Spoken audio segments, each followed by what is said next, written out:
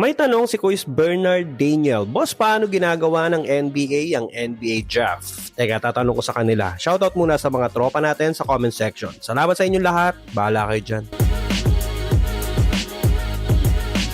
Unang-una, kukunin muna yung mga team na hindi nakapasok sa playoffs nung previous season. Out of 30 teams sa NBA, 16 lang naman ang pumapasok sa playoffs. 8 sa East, 8 sa West. So 14 yung hindi nakakapasok. Yung 14 teams na yon ang may chance sa top 14 sa NBA draft. Okay, i-assume na lang natin na walang trade ng picks na nangyari. Kadalasan kasi ngayon, yung mga picks ay na-trade na sa ibang team. For example, kahit mag-champion ang OKC ngayon at sila man ang magkaroon na may pinakamagandang record at ang Los Angeles Clippers ay manatiling nasa baba ng standings, may chance pa din ng OKC na makuha ang mataas na pick next season. Bakit?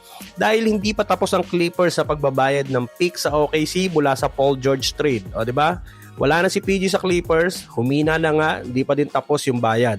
Well, anyway, dati ang may worst record sa previous season ang may pinakamataas na chance na makakuha ng number 1 pick. Pero ngayon, hindi na. Pantay na sila ng chance nung top 3 worst record. Yung bottom 14 teams ay may chance lahat para sa number 1 pick pero hindi pare-pareho ng chance. Paano nalalaman yung chance?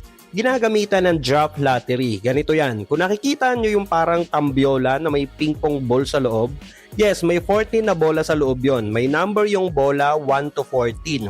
Bubunot sila ng 4 balls para makabuo ng isang combination. Kung sino may hawak ng combination na yon, yun yung panalo. Halimbawa sa unang 4 numbers combination na nabunot hawak yun ng Pelicans sa kanilang first pick. Yung next na bunot na combination, ang may hawak nun kunwari ay Wizards. Sila naman ang second pick. So, paano malaki ang chance ng may worst team kung bunutan lang pala ng combination ng numbers? Analogy ulit para mas madaling maintindihan.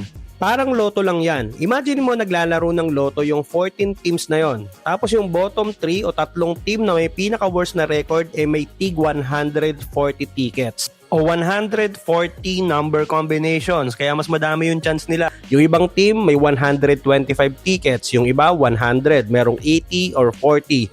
At yung may pinakamagandang record sa kanila ay may 5 tickets lang. Nakarank yung record nyo mula sa pinakapangit. So ganun yung chances nila. Mas pangit ang record mo, more chances of winning. Lottery nga ni.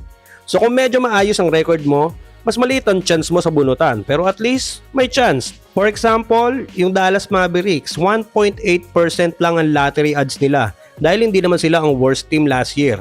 Nakapasok pa nga sila sa play-in tournament pero nalaglag din kaya hindi nakapasok sa playoffs. Pero silang nakakuha ng number 1 pick. Ganyan pag napolitika. De, joke lang. Pero take note, ang pagbubunot sa tambiola para sa 4 number combination ay para lang makuha kung sino ang makakakuha ng top 4 picks. Pag nabunot na ang top 4 teams, yung natitirang teams na hindi nakasama sa top 4 ay irarank na lang based sa previous season record nila para sa 5th hanggang 14th pick.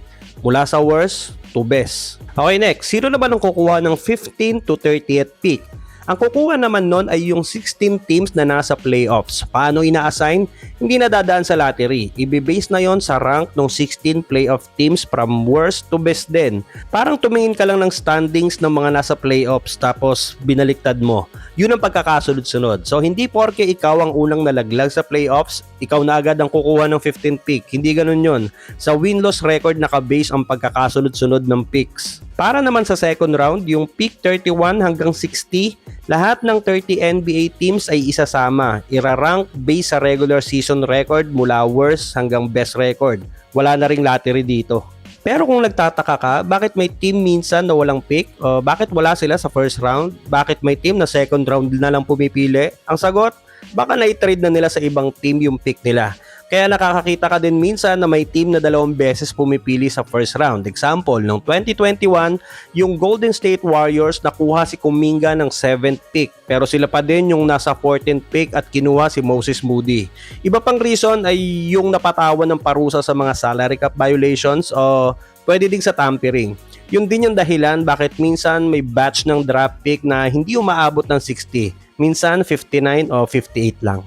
So ganyan gumagana ang draft lottery o pag-a-assign ng team sa NBA draft. Palike naman kung naguluhan ka at paki-follow or subscribe na din ang ating channel para sa mga susunod pang NBA trivia.